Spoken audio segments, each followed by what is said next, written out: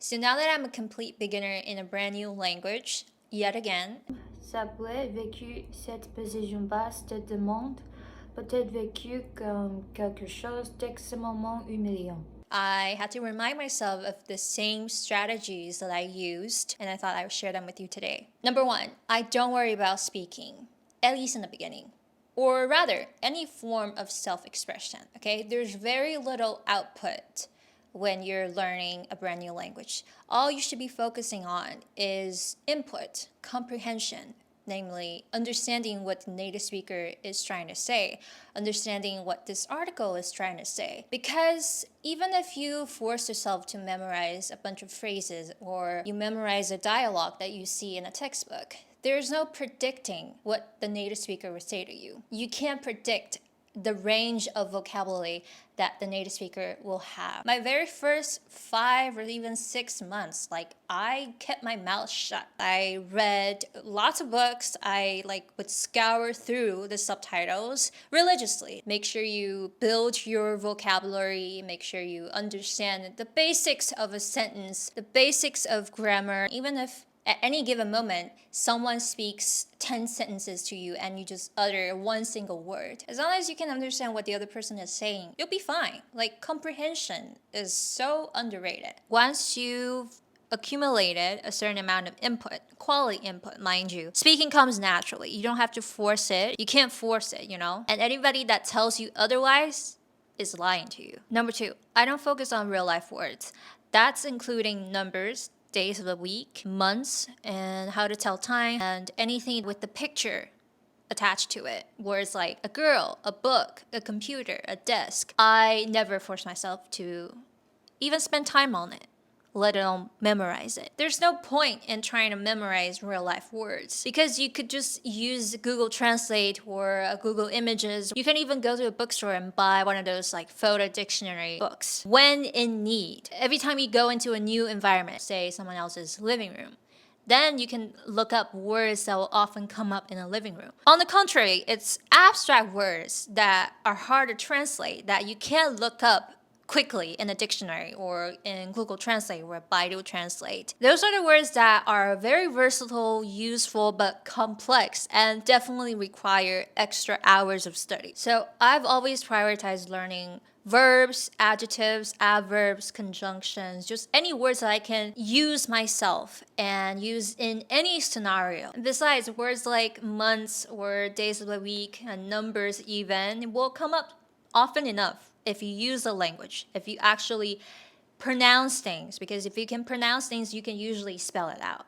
But there's no point in studying only those words and knowing how to name a picture or name a subject. That's not speaking the language. That's just knowing how to name objects. So a lot of people end up knowing how to say 1 to 10 in English or saying mother and father, girl or boy, but they can't speak a whole sentence because they don't have enough understanding of abstract words and even basic grammar structure. So yeah, use your time wisely. Number 3, I use a monolingual dictionary, especially for abstract words like we talked about before. And I know not everybody can do it, especially in the beginning. But the point is you should strive for it. You should at least try to transition into using a monolingual dictionary because, okay, if you find a good one, which I haven't, at least in French, but in English, I swear by this English dictionary, I swear by this monolingual dictionary because the definition is very easy to understand. You can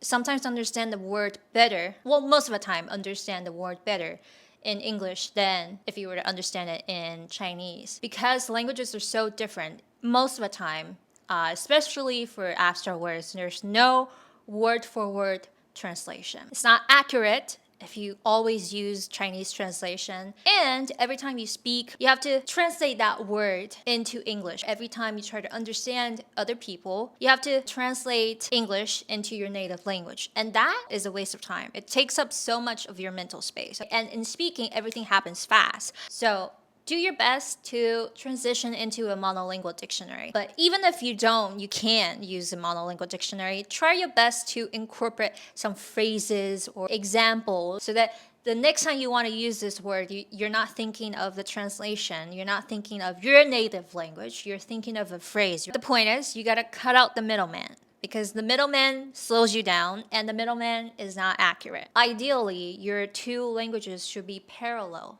in your brain. Like they should not intersect. You could totally understand an English word without using Chinese. You can try to understand a harder word using simple English. Number 4, I focus on something with the context first. So instead of learning individual words on a word list, I usually prefer a TV show or an article or a book. Anything with the context, anything with sentences right next to each other. And there's a chance for me to run into the same word over and over again. So once I find a good language material, I focus in on the material one at a time. People spend so little time reading these days. And when they do find a good material, they just gloss over everything. They can't wait to get to the next lesson or they can't wait to get to the next chapter. It's like, no, especially when you're a non-native speaker, you gotta squeeze out every piece of good information from the same material. Like I've been working on this TED Talk in French and I use it to practice my pronunciation.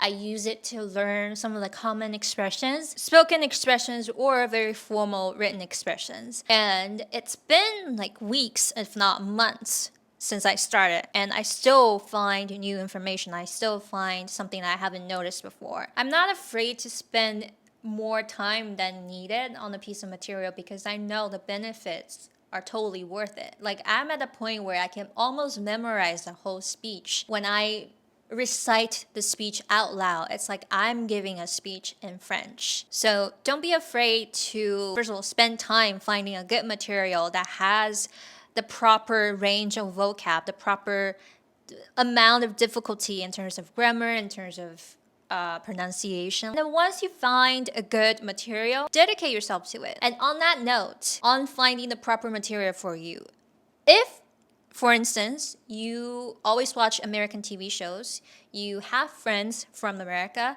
don't then read Jane Austen and then wonder, how come I can't understand a run-of-the-mill American dude? It's like, yeah, because he's not an 18th century English author. Languages evolve over time. Read something contemporary, read something like preferably non-fiction first, because you don't use most of the words that you would encounter in a fiction. Be very picky about what you read. I gotta make a video on like beginner-friendly books or beginner-friendly language materials. So that is it. I guess some of these are not really counterintuitive.